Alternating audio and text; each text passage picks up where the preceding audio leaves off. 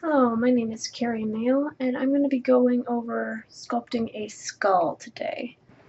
This is going to be video 1 of a 3-part series on sculpting the skull. And before we actually get started, I'm going to go over a couple different resources that I think would be very helpful to you. First off, I'd like to point out Anatomy Next. This is a great website and an amazing resource for sculpting different characters, just anatomy in general. They have a lot of great stuff. It's, as far as I've seen, one of the best books out there. So let's look at a couple different things. They constantly improving. Goes over all the different pieces.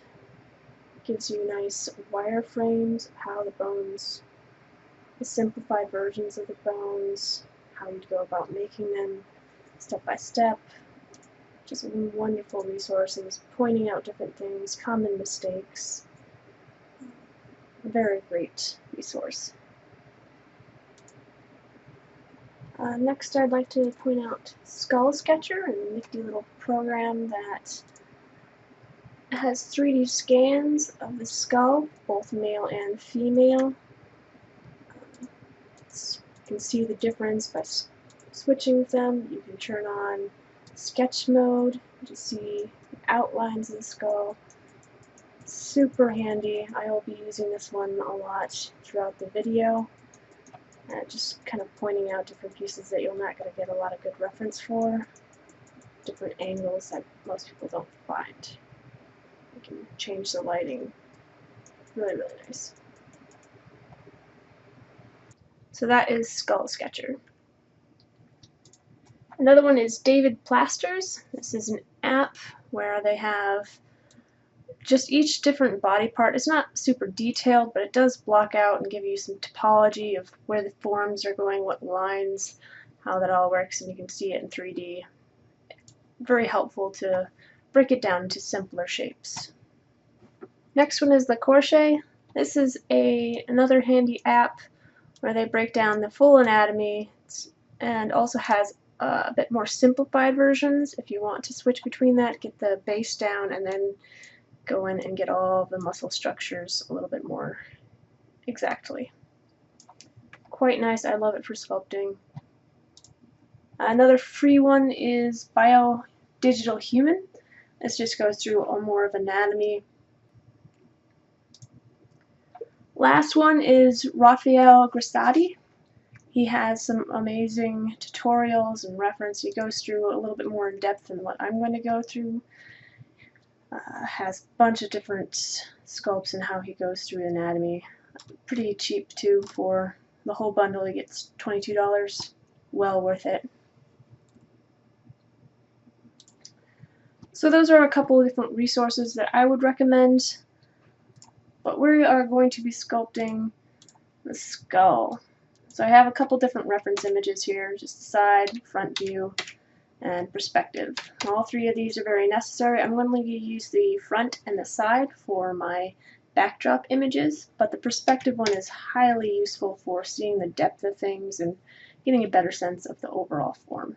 So having all three, highly recommended if you can find them all. This is actually going to be a female skull shape, as you can tell by the teeth are a little bit more protruding. The brow is less defined. The temporal line is a lot less defined than in males. Eye sockets are a little bit bigger. There's just a couple different things like that you can tell whether it's a male or a female skull. Also with Skull Sketcher, it makes it pretty easy to see the difference. Let's see, if you look at side view of even just this brow ridge, this is the male, this is the female. Big difference there. The jawline, how much the teeth come out, and the definition of the temporal line. It's very pronounced in males. They're just more angular in general. And with that, I'll get started sculpting. So I have some reference here I'm going to load it into ZBrush using X-planes or the grid method. I have another video you can check out that goes over in depth how to import different images into ZBrush. So I'm not going to be going in depth about that. I'm just going to go quickly do these things. If you want to know more, go to the video. The video is called Using Reference in ZBrush. Okay, so obviously the skull is mostly a sphere, so I'm going to start with the sphere primitive. Just load that up, draw it onto my canvas, hit T to go into edit mode, and this is still a primitive, so I need to make it Polymesh 3D before I can start sculpting. Alright, so now I can start. I'm going to turn on my floor plane. Shift P is that hotkey to orient myself. I'm also going to be using this floor plane for my images. Now I'll turn on symmetry with X. Alright, we'll use this as the front. Cool. I'll just drag this out a little bit. Kind of give myself a front so I know where it is. Okay. Let's load in some images. So I need to go into my draw menu, and I'll just dock this here on the right. And go to front back. Map 1. Import. Find my image and open. Now I need to load in my right side image. Go to Map, Import, same thing, find the right, and it's facing the wrong direction. I could go into Photoshop and flip my image here. That's much more convenient and fast to go into my edit menu here and just say flip. So obviously this skull is very small, and I kind of want to match it to the rest of my images here, so I'm going to scale it up by going to my deformations. So just scroll down, find deformations, and size. Get that a little bit closer. Use my transpose line to move it into place a little bit more. Scale.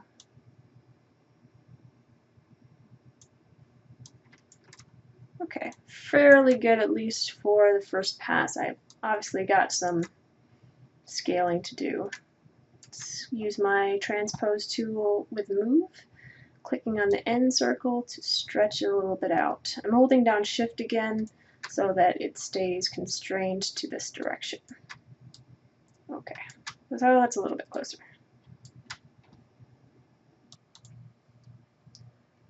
So here's the top part of my skull.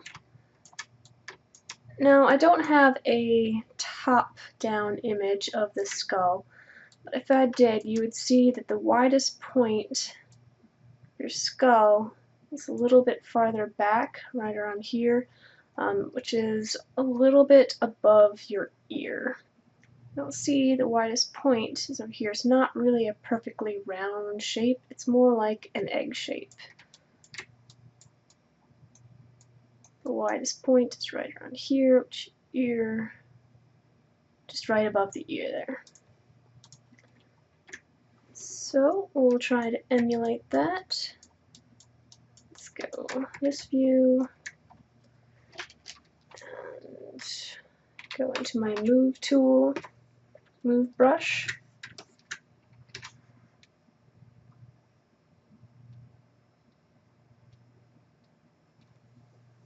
There, and then the front of the skull is also a little bit flatter.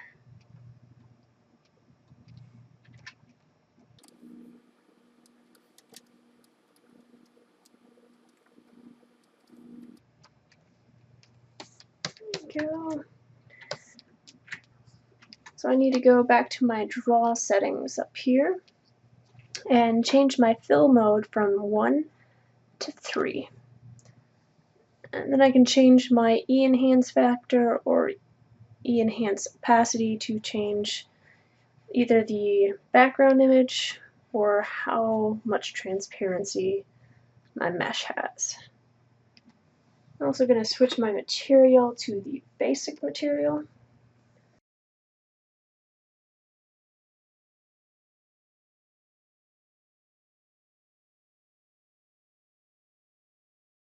Just kind of match it up with my reference image and drag down this mandible a little bit closer. Just worrying about the main skull piece right now.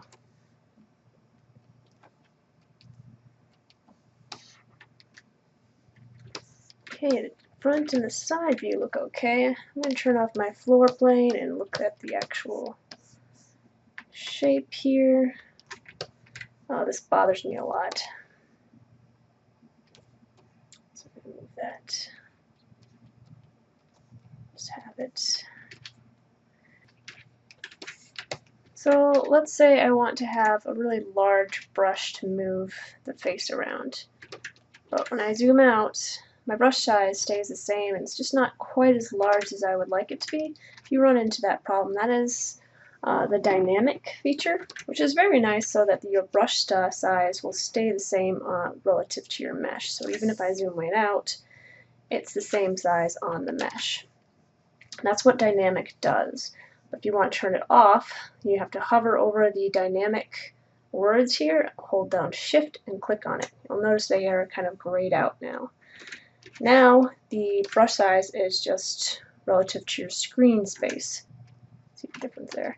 So it's sometimes nice to turn that off if you need to have a larger brush size. But otherwise, it is a very handy feature. And again, that's just holding down Shift, clicking on the dynamic word.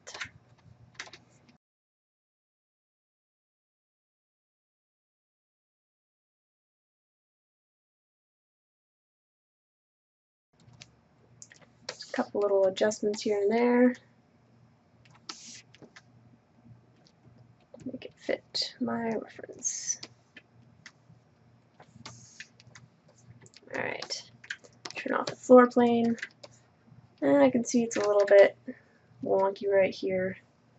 I'm going to go to my inflate brush for a second, turn down the intensity, just bubble that out smooth, just so it doesn't have that same rigid, kind of odd things when I was moving the mesh around.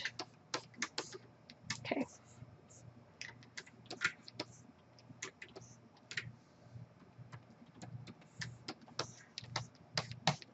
Looking okay.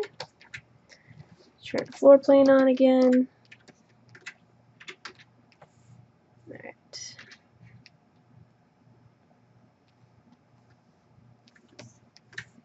So I have the main shape of the skull. I have the top half looking good. The side view and the front view look pretty decent.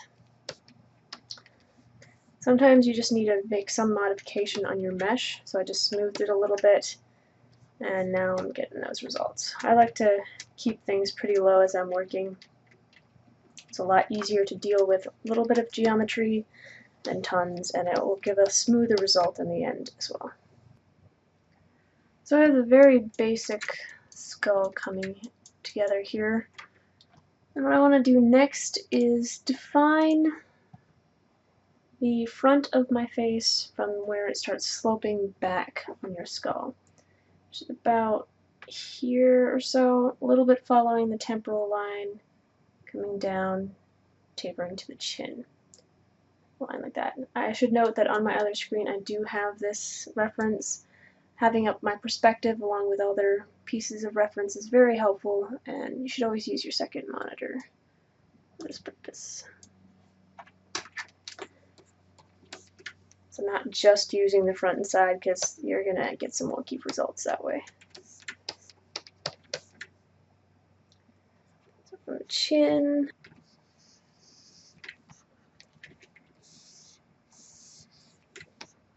there we go.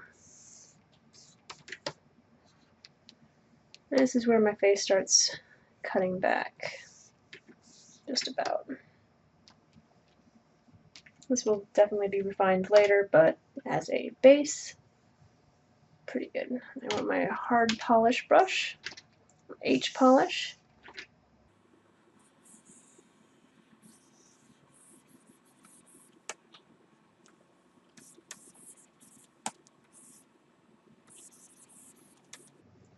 Trim dynamic a little bit. Very large area. Smooth. I kind of lost my edge here, so I'm going to just pinch it just a little bit so I can see it still. Okay. Getting somewhere. Let's turn on my planes again. Check with my reference.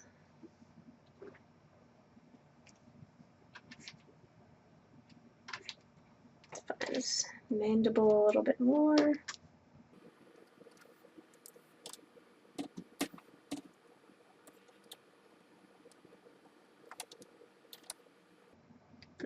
That's where it is. My front and side view is just slightly off. Let's go back to my draw menu, which is closed. And offset vertically.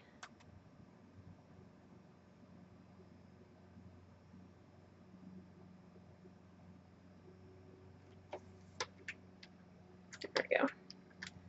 Line up a little bit better now. I'm going to start cutting out the eye pieces, the ocular cavity, using my clay buildup. Just holding down Alt to carve in.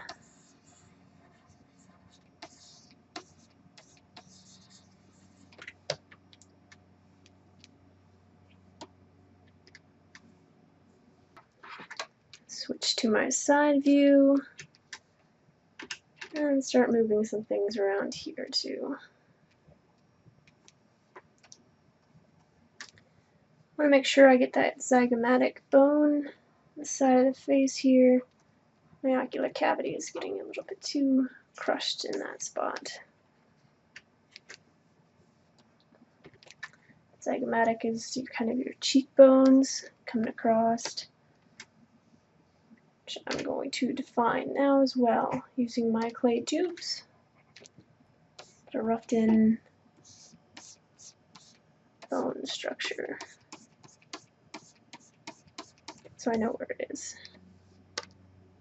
Okay. This does actually bow out quite a bit, this bone.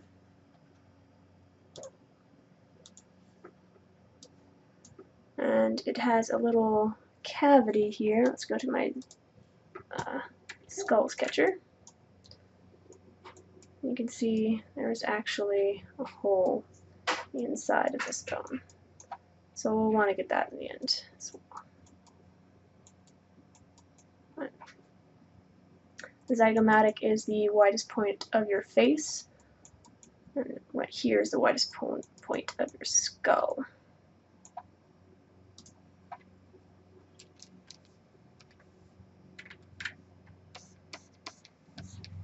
So back to sculpting, I have to turn off this. Those eyes do not look deep enough. Move around to fit my reference, turn it off, looking okay. I'm going to actually re-dynamesh this so I can get some more definition. Go back to my clay buildup. I'll dig those in.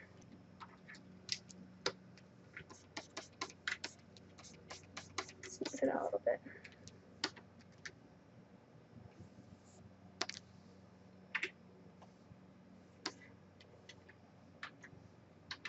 Trim dynamic.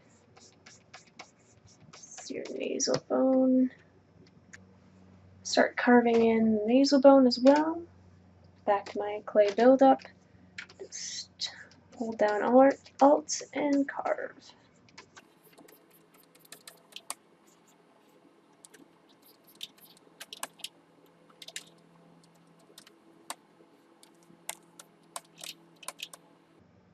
Right here I should have a little bone protruding out a little bit farther. Turn on my reference.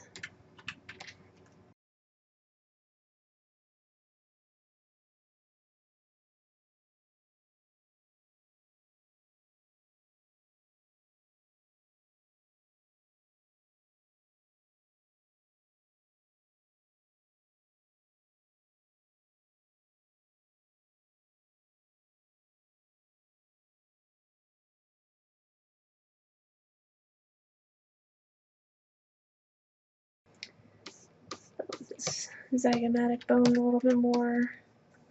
I think I'm going to need some more resolution, so I'll turn it up to 64. Dynamesh.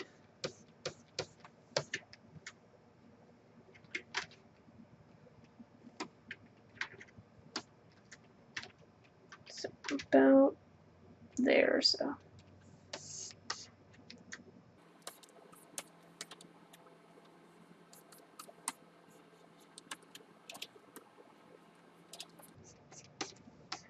And I lost my cavity here. Use some some Damien standard brush.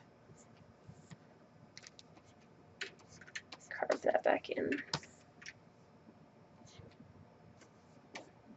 Turn up my intensity. I had it pretty low from before.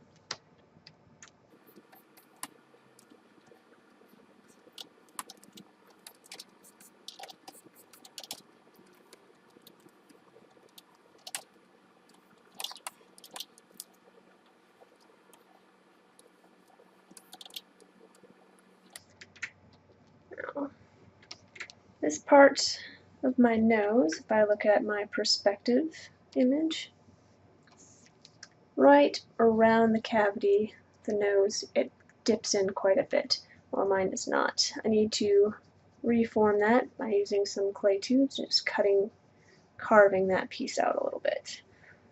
We'll get to the mandible.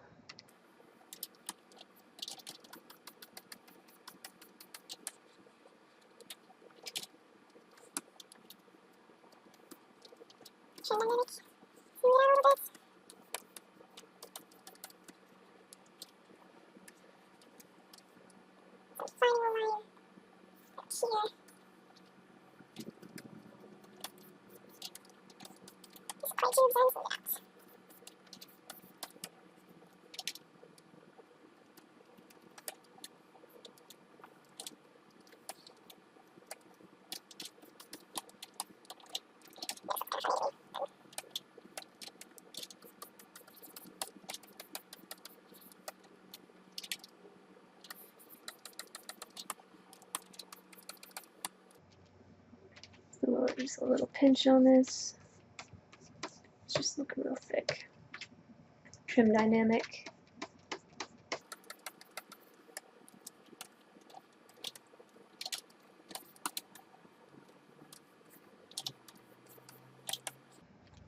It is a process doing these. Going back, checking out one thing, doing another. It's a good idea to switch between a lot of different things so you don't get too caught up in one section of the details. Trying to keep it fairly loose yet until we get into the final detail at the end, because all the pieces are in place. Otherwise you're going to find yourself needing to redo things. Just looking at my reference on my other screen, seeing what needs to change.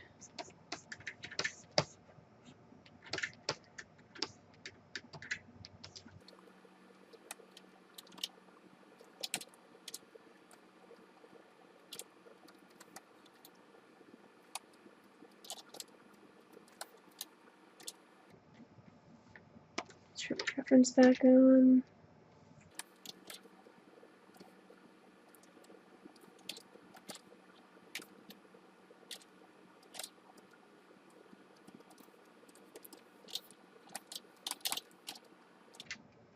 And note that the skull is not perfectly round. Usually have some bumps and dips.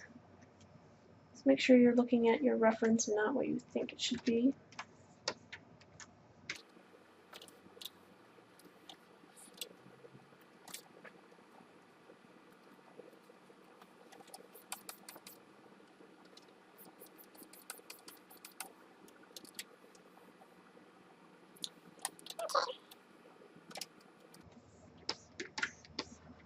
So I think at this point I'm going to separate the mandible.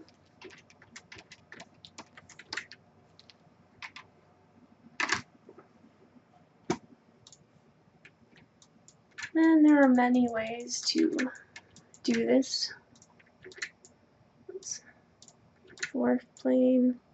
What I'm going to do is just kind of extract it. So what I want to get is mask off the section of the jaw that I want to keep or have a separate subtool for.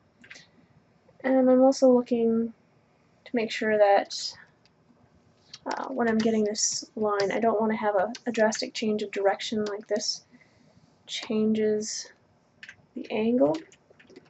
I don't really want that. It's going to cause some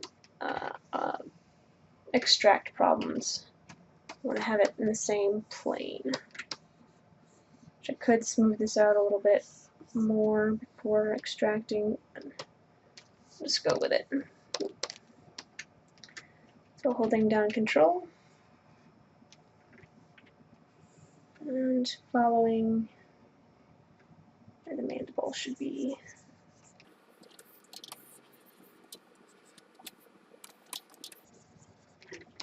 Checking it in perspective, cleaning up some edges.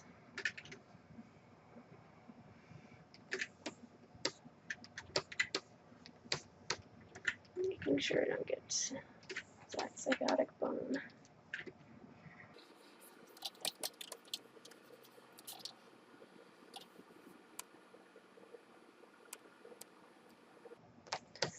Okay, pretty decent. So in order to extract that, that is my subtool palette near the bottom.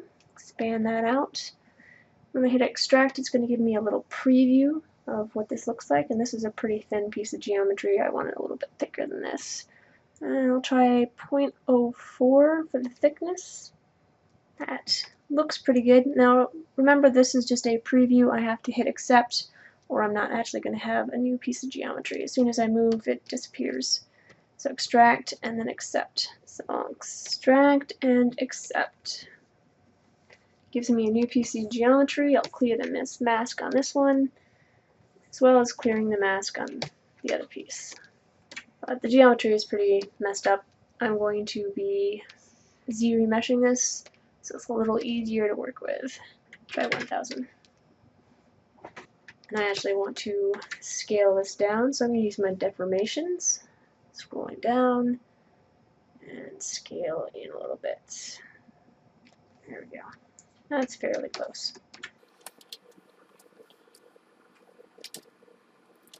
Turn on the reference and we'll reshape this a bit.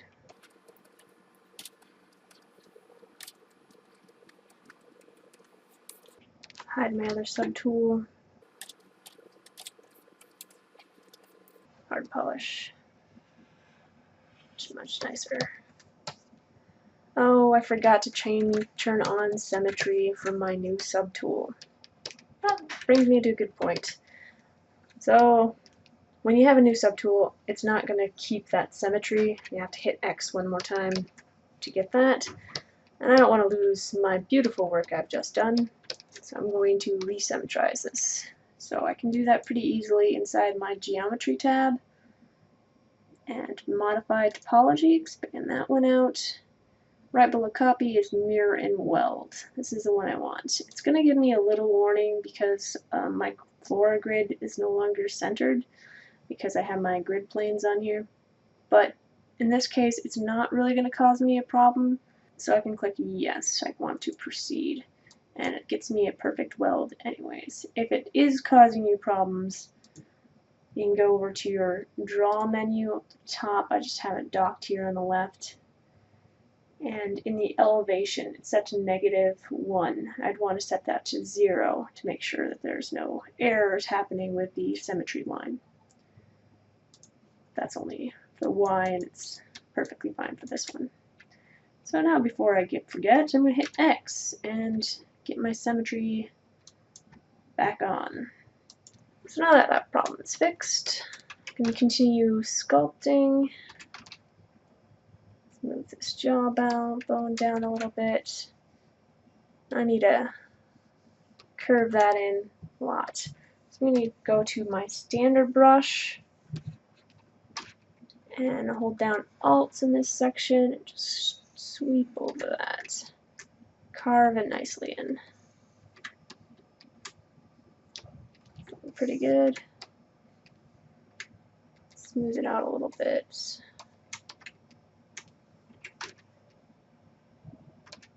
Pretty nice. Okay. I can go through and check the different angles.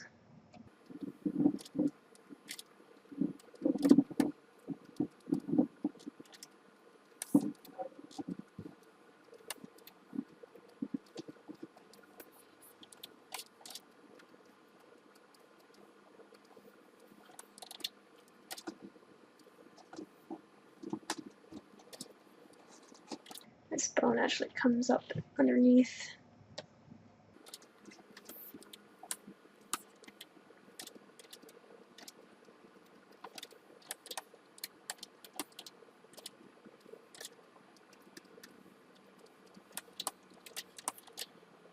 There we go. That is the end of video 1. I will continue on sculpting the skull in the second part of this series.